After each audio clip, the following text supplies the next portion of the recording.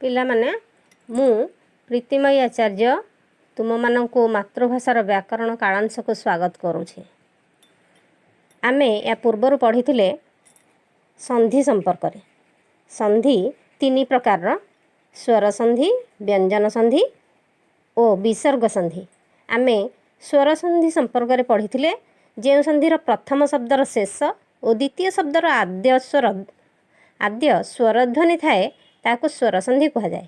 ସେଥିରୁ ଆମେ ଗୋଟିଏ ସୂତ୍ର ପଢ଼ିଥିଲେ, ଯାହାକି ଥିଲା ଅ ବା ଆ ପରେ ଅ ବା ଆ ଥିଲେ ଉଭୟ ମିଶି ଆ ହୁଏ ଏବଂ ଏହି ଆ ପୂର୍ବ ବ୍ୟଞ୍ଜନ ସହିତ ମିଶି ଯାଇଥାଏ। ଆଜି ଆମେ ପରବର୍ତ୍ତୀ ସୂତ୍ରଟି ପଢ଼ିବା ଏବଂ ତା'ର ଉଦାହରଣ ମଧ୍ୟ ଦେଖିବା। ପରବର୍ତ୍ତୀ ସୂତ୍ର ହେଲା ହର୍ଷଇ ବା ଦୀର୍ଘଇ ପରେ ହର୍ଷଇ ବା ଦୀର୍ଘଇ ଥିଲେ ଉଭୟ ମିଶି ଦୀର୍ଘଇ ହୁଏ ଏବଂ ଏହି ଦୀର୍ଘଇ ପୂର୍ବ ବ୍ୟଞ୍ଜନ ବର୍ଣ୍ଣ ସହିତ ଯୁକ୍ତ ହୋଇଥାଏ। ଯେମିତିକି ରବୀନ୍ଦ୍ର, ରବି ଯୁକ୍ତ ଇନ୍ଦ୍ର ସମାନ ରବୀନ୍ଦ୍ର। ରବିର ଶେଷ ଧ୍ୱନି ହର୍ଷଇ ଏବଂ ଇନ୍ଦ୍ରର ଆରମ୍ଭ ଧ୍ୱନି ହର୍ଷଇ। ଇ ହର୍ଷଇ ଏବଂ ହର୍ଷଇ ମିଶି ଦୀର୍ଘଇରେ ପରିଣତ ହେଲା ଏବଂ ତାହା ରବୀନ୍ଦ୍ରରେ ରୂପାନ୍ତରିତ ହେଲା। ସେହିପରି ପରି ଯୁକ୍ତ ଇକ୍ଷା ସମାନ ପରୀକ୍ଷା। ପରିର ଶେଷ ଧ୍ୱନି ହର୍ଷଇ ଏବଂ ଇକ୍ଷାର ଆଦ୍ୟ ଧ୍ୱନି ଦୀର୍ଘଇ। ହର୍ଷଇ ଏବଂ ଦୀର୍ଘଇ ମିଶି ଦୀର୍ଘଇ ହେଲା ଏବଂ ତାହା ପରୀକ୍ଷାରେ ରୂପାନ୍ତରିତ ହେଲା। ମହି ଯୁକ୍ତ ଇନ୍ଦ୍ର ସମାନ ମହୀନ୍ଦ୍ର। ମହିର ଶେଷ ଧ୍ୱନି ଦୀର୍ଘଇ ଏବଂ ଇନ୍ଦ୍ରର ଆରମ୍ଭ ଧ୍ୱନି ହର୍ଷଇ। ଦୁହେଁ ମିଶି ଦୀର୍ଘଇ ହେଲେ ଏବଂ ମହୀନ୍ଦ୍ରରେ ରୂପାନ୍ତରିତ ହେଲେ। ଅବନି ଯୁକ୍ତ ଈଶ। ଅବନିର ଶେଷ ଧ୍ୱନି ଦୀର୍ଘଇ ଏବଂ ଈଶର ଆରମ୍ଭ ଧ୍ୱନି ମଧ୍ୟ ଦୀର୍ଘଇ। ଦୀର୍ଘଇ ଏବଂ ଦୀର୍ଘଇ ମିଶି ଦୀର୍ଘଇ ହେଲା ଏବଂ ତାହା ଅବନିଶରେ ପରିଣତ ହେଲା। ଏଥିରୁ ଆମେ ଜାଣୁଛେ ଯେ ଶବ୍ଦର ପ୍ରଥମ ଶବ୍ଦର ଶେଷରେ ଏବଂ ଦ୍ୱିତୀୟ ଶବ୍ଦର ମୂଳରେ ହର୍ଷଇ ବା ଦୀର୍ଘଇ ରହିଛି ଏବଂ ପ୍ରଥମ ଶବ୍ଦର ଶେଷରେ ଥିବା ହର୍ଷଇ ଏବଂ ଦୀର୍ଘଇ ଦ୍ୱିତୀୟ ଶବ୍ଦର ମୂଳରେ ଥିବା ହର୍ଷଇ ଏବଂ ଦୀର୍ଘଇ ସାଙ୍ଗରେ ମିଶି ଦୀର୍ଘଇରେ ପରିଣତ ହେଉଛି ଏବଂ ତାହା ଦୀର୍ଘଇକାର ହୋଇ ପୂର୍ବ ବ୍ୟଞ୍ଜନ ବର୍ଣ୍ଣରେ ଯୁକ୍ତ ହେଉଛି। ଏହାର ପରବର୍ତ୍ତୀ ସୂତ୍ରଟି ହେଲା ହର୍ଷଉ ଓ ଦୀର୍ଘଉ ପରେ ହର୍ଷଉ ବା ଦୀର୍ଘଉ ଥିଲେ ତାହା ଦୀର୍ଘଉରେ ପରିଣତ ହୁଏ ଏବଂ ଏହି ଦୀର୍ଘଉ ପୂର୍ବବର୍ତ୍ତୀ ବ୍ୟଞ୍ଜନ ବର୍ଣ୍ଣ ସହିତ ଯୁକ୍ତ ହୁଏ। ଉଦାହରଣ କଟୁ। କଟୁ ଯୁକ୍ତ ଉକ୍ତି ସମାନ କଟୁକ୍ତି। କଟୁର ଶେଷ ଧ୍ୱନି ହର୍ଷଉ ଏବଂ ଉକ୍ତିର ପ୍ରଥମ ଧ୍ୱନି ହେଉଛି ହର୍ଷଉ। ଏଠି ଏବଂ ଉ ଓ ଉ ମିଶି ଦୀର୍ଘଉରେ ପରିଣତ ହୋଇଛି ଏବଂ ପୂର୍ବ ବ୍ୟଞ୍ଜନରେ ତାହା ଯୁକ୍ତ ହୋଇଛି। ସିନ୍ଧୁ ଯୁକ୍ତ ଉର୍ମି ସିନ୍ଧୁର୍ମି। ସିନ୍ଧୁର ଶେଷ ଧ୍ୱନି ହର୍ଷଉ ଏବଂ ଉର୍ମିର ଆରମ୍ଭ ଧ୍ୱନି ଦୀର୍ଘଉ ଏବଂ ତାହା ସିନ୍ଧୁର୍ମିରେ ପରିଣତ ହୋଇଛି। ବଧୂ ଯୁକ୍ତ ଉତ୍ତମା ବଧୂତ୍ତମା। ବଧୂର ଶେଷ ଧ୍ୱନି ଦୀର୍ଘଉ ଏବଂ ଉତ୍ତମାର ଆରମ୍ଭ ଧ୍ୱନି ହର୍ଷଉ। ଦୀର୍ଘଉ ଓ ହର୍ଷଉ ମିଶି ଦୀର୍ଘଉରେ ପରିଣତ ହୋଇଛି ଏବଂ ବଧୂତ୍ତମା ଧରେ ଦୀର୍ଘଉକାର ହୋଇଯାଇଛି। ଭୂ ଯୁକ୍ତ ଊର୍ଧ୍ୱ ସମାନ ଭୂର୍ଧ୍ୱ।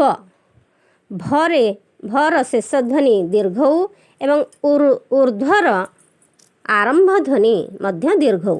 ଦୀର୍ଘଉ ଓ ଦୀର୍ଘଉ ମିଶି ସେହି ଦୀର୍ଘଉରେ ପରିଣତ ହୋଇଛି ଏବଂ ତାହା ଭୂର୍ଧ୍ୱରେ ପରିବର୍ତ୍ତିତ ହୋଇଛି। ତାହେଲେ ଏଠାରେ ମଧ୍ୟ ପ୍ରଥମ ଶବ୍ଦର ହର୍ଷଉ ଓ ଦୀର୍ଘଉ ଦ୍ୱିତୀୟ ଶବ୍ଦର ଆରମ୍ଭ ଧ୍ୱନି ହର୍ଷଉ ଓ ଦୀର୍ଘଉ ସହିତ ମିଶି ଦୀର୍ଘଉରେ ପରିଣତ ହେଉଛି ଏବଂ ପୂର୍ବ ବର୍ଣ୍ଣ ବ୍ୟଞ୍ଜନ ବର୍ଣ୍ଣ ରହିଛି ସେଥିରେ ଦୀର୍ଘଉକାର ରୂପରେ ମିଶି ଶବ୍ଦଟି ତିଆରି ହେଉଛି। ଏହାର ପରବର୍ତ୍ତୀ ସୂତ୍ର ହେଲା ଅ ବା ଆ ପରେ ହର୍ଷଇ ବା ଦୀର୍ଘଇ ଥିଲେ ଉଭୟ ମିଶି ଏ ହୁଏ ଏବଂ ଏହି ଏ ପୂର୍ବ ବ୍ୟଞ୍ଜନ ସହିତ ଯୁକ୍ତ ହୋଇଥାଏ। ଉଦାହରଣ शुभ युक्त इच्छा शुभेच्छा शुभर शेष ध्वनि अ एवं इच्छार आरंभ ध्वनि इ अ ओ इ मिसी ए ही शुभेच्छा परिणत होइछि। गण युक्त ईश गणेश गणर शेष ध्वनि अ एवं ईशर आरंभ ध्वनि दीर्घ इ अ एवं दीर्घ इ मिसी ए होई गणेश होइछि। जथा युक्त इष्ट यथेष्ट जथार शेष ध्वनि आ एवं इष्टर आरंभ ध्वनि हर्ष इ आ ओ हर्ष इ मिसी ए होइछि एवं ताहा यथेष्ट रे परिणत होइछि। महायुक्त ईश महार शेष ध्वनि आ एवं ईशर आरंभ ध्वनि दीर्घ इ आ एवं दीर्घ इ मिसी ए होइछि एवं महेश रे परिणत होइछि। महायुक्त ईश महेश। तेबे एठारे मध्य आरंभ बा प्रथम शब्दर शेष रे अ बा आ द्वितीय शब्दर आरंभ ध्वनि हर्षई बा दीर्घ सह मिसी ए रे परिणत होई शब्द गुड़िक परिवर्तित होइछि। एहार परवर्ती सूत्र अ बा आ परे हर्षऊ बा दीर्घऊ थिले उभय मिसी ओ हुए ओ एही ओ पूर्व व्यंजन रे युक्त हुए। उदाहरण अर्थ युक्त उपार्जन अर्थोपार्जन अर्थर शेष ध्वनि अ एवं उपार्जनर आरंभ ध्वनि हर्षऊ अ ओ हर्षऊ मिसी ओ होइछि एवं ताहा अर्थ थरे ओकार भाବରେ ଯୁକ୍ତ ହୋଇଛି ଅର୍ଥୋପାର୍ଜନ। ସେହିଭଳି ମହା ଯୁକ୍ତ ଉତ୍ସବ ମହୋତ୍ସବ ମହାର ଶେଷ ଧ୍ୱନି ଆ ଉତ୍ସବର ଆରମ୍ଭ ଧ୍ୱନି ଉ ଆ ଓ ଉ ମିଶି ଓ ହୋଇଛି ଏବଂ ହ ସହିତ ତାହା ଯୁକ୍ତ ହୋଇ ମହୋତ୍ସବରେ ପରିବର୍ତ୍ତିତ ହୋଇଛି। ତାହେଲେ ଏଥିରୁ ଆମେ ଜାଣିଲେ ପ୍ରଥମ ଶବ୍ଦର ଶେଷରେ ଯଦି ଅ ବା ଆ ଥାଏ ଏବଂ ଦ୍ୱିତୀୟ ଶବ୍ଦର ଆରମ୍ଭରେ ଯଦି ହର୍ଷଉ ବା ଦୀର୍ଘଉ ଥାଏ ତାହେଲେ ତାହା ଓ ରେ ପରିଣତ ହୋଇ ପୂର୍ବ ବ୍ୟଞ୍ଜନ ବର୍ଣ୍ଣରେ ଯୁକ୍ତ ହୋଇଥାଏ। ଏହାର ପରବର୍ତ୍ତୀ ସୂତ୍ର ହେଲା ଅ ବା ଆ ପରେ ରୁ ଥିଲେ ଉଭୟ ମିଶି ଅର୍ ହୁଏ ଏବଂ ଏହି ଅର୍ ପୂର୍ବ ବ୍ୟଞ୍ଜନ ସହ ଯୁକ୍ତ ହୁଏ। ଲେଖିଲା ବେଳେ ଆମେ ଅର୍କୁ ର ବା ରେଫ୍ ରୂପରେ ପରବର୍ତ୍ତୀ ବ୍ୟଞ୍ଜନ ସହିତ ଲେଖିଥାନ୍ତି। ଉଦାହରଣ ସପ୍ତ ଯୁକ୍ତ ଋଷି ସପ୍ତର୍ଷି ପ୍ରଥମ ଶବ୍ଦର ଶେଷ ଧ୍ୱନି ଅ ଏବଂ ଦ୍ୱିତୀୟ ଶବ୍ଦର ଆରମ୍ଭ ଧ୍ୱନି ରୁ ଅ ଓ ରୁ ମିଶି ଅର୍ ହେଇଛି ଏବଂ ତାହା ସପ୍ତର୍ଷି ହେଇଯାଇଛି। ଦ୍ୱିତୀୟ ଶବ୍ଦର ବ୍ୟଞ୍ଜନ ବର୍ଣ୍ଣ ସହିତ ରେଫ୍ ଭାବରେ ଯୁକ୍ତ ହୋଇଛି। ସେହିଭଳି ମହା ଯୁକ୍ତ ଋଷି ମହର୍ଷି ମହାର ଶେଷ ଧ୍ୱନି ଆ ଏବଂ ଋଷିର ଆରମ୍ଭ ଧ୍ୱନି ରୁ ଆ ଓ ରୁ ମିଶି ଅର୍ ହୋଇଛି ଏବଂ ତାହା ଦ୍ୱିତୀୟ ଶବ୍ଦର ବ୍ୟଞ୍ଜନ ବର୍ଣ୍ଣ ସହିତ ଯୁକ୍ତ ହୋଇ ମହର୍ଷିରେ ପରିଣତ ହୋଇଛି। ତାହେଲେ ତା ପରବର୍ତ୍ତୀ ସୂତ୍ରକୁ ଯିବା। ସ୍ୱର ସନ୍ଧିର ଆଉ ଏକ ସୂତ୍ର ଅ ବା ଆ ପରେ ଏ ବା ଐ ଥିଲେ ଉଭୟ ମିଶି ଐ ହୁଏ ଏବଂ ଏହି ଐ ପୂର୍ବ ବ୍ୟଞ୍ଜନରେ ଯୁକ୍ତ ହୁଏ।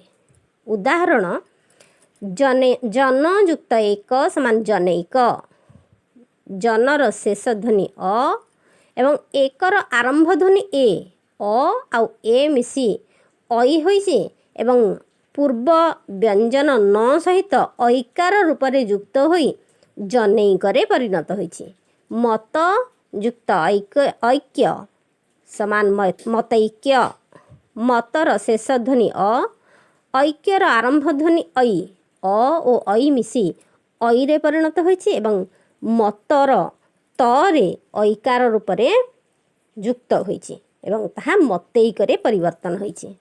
ତଥା ଯୁକ୍ତ ଏବ ତଥୈବ ତଥାର ଶେଷ ଧ୍ୱନି ଆ ଏବଂ ଏବର ଆରମ୍ଭ ଧ୍ୱନି ଏ ଆ ଓ ଏ ମିଶି ଐ ହୁଏ ଏବଂ ପୂର୍ବ ବ୍ୟଞ୍ଜନ ବର୍ଣ୍ଣରେ ତାହା ଐକାର ରୂପେ ଯୁକ୍ତ ହୋଇ ତଥୈବରେ ପରିବର୍ତ୍ତିତ ହୋଇଛି।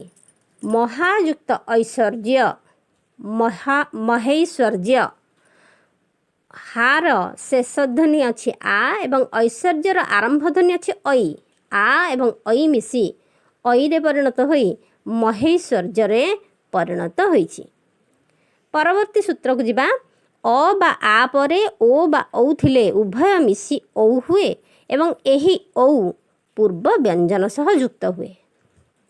ଉଦାହରଣ ସ୍ୱରୂପ ବନ ଯୁକ୍ତ ଔଷଧି ବନୌଷଧି। ବନର ଶେଷ ଧ୍ୱନି ଅ, ଔଷଧିର ଆରମ୍ଭ ଧ୍ୱନି ଓ। ଅ ଓ ଓ ମିଶି ଔରେ ପରିଣତ ହୋଇ ନରେ ଔକାର ଭାବରେ ଯୁକ୍ତ ହୋଇଛି ଏବଂ ତାହା ବନୌଷଧିରେ ପରିଣତ ହୋଇଛି। ମହାଯୁକ୍ତ ଔଷଧ ମହୌଷଧ। ମହାର ଶେଷ ଧ୍ୱନି ଆ, ଔଷଧର ଆରମ୍ଭ ଧ୍ୱନି ଔ। ଆ ଓ ଔ ମିଶି ଔରେ ପରିଣତ ହୋଇ ମହୌଷଧରେ ପରିଣତ ହୋଇଛି। ପରବର୍ତ୍ତୀ ସୂତ୍ରକୁ ଯିବା।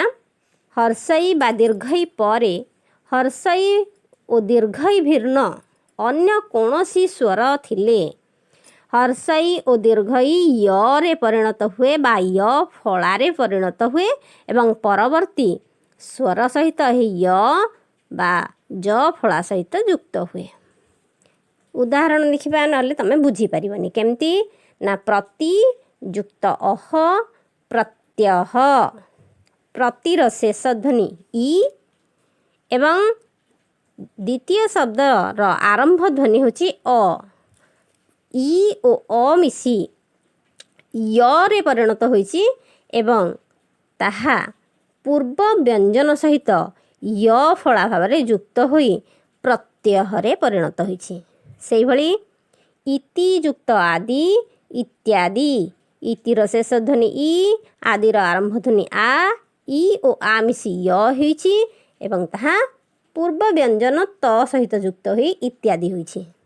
ସେହିଭଳି ବି ଯୁକ୍ତ ଉତ୍ପତ୍ତି ବ୍ୟୁତ୍ପତ୍ତି। ବିର ଶେଷ ଧ୍ୱନି ଇ, ଉତ୍ପତ୍ତିର ଆରମ୍ଭ ଧ୍ୱନି ଉ। ଇ ଓ ଉ ମିଶି ୟ ହୋଇଛି ଏବଂ ବ୍ୟୁତ୍ପତ୍ତିରେ ପରିଣତ ହୋଇଛି।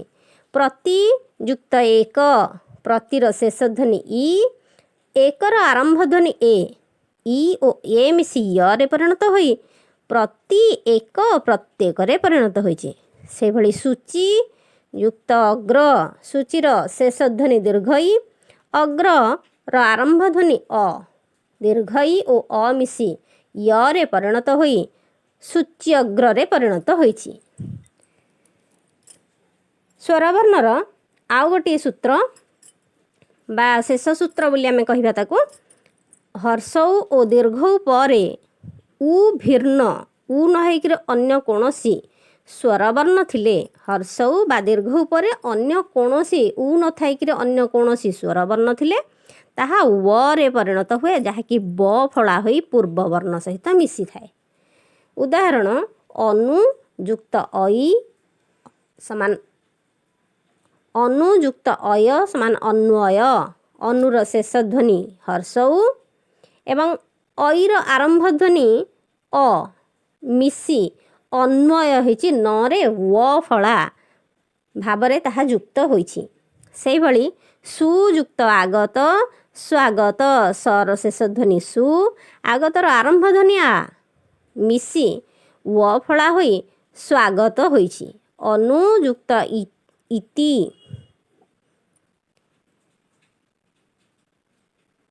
ଅନୁଯୁକ୍ତ ଇତ ଅନ୍ୱିତ।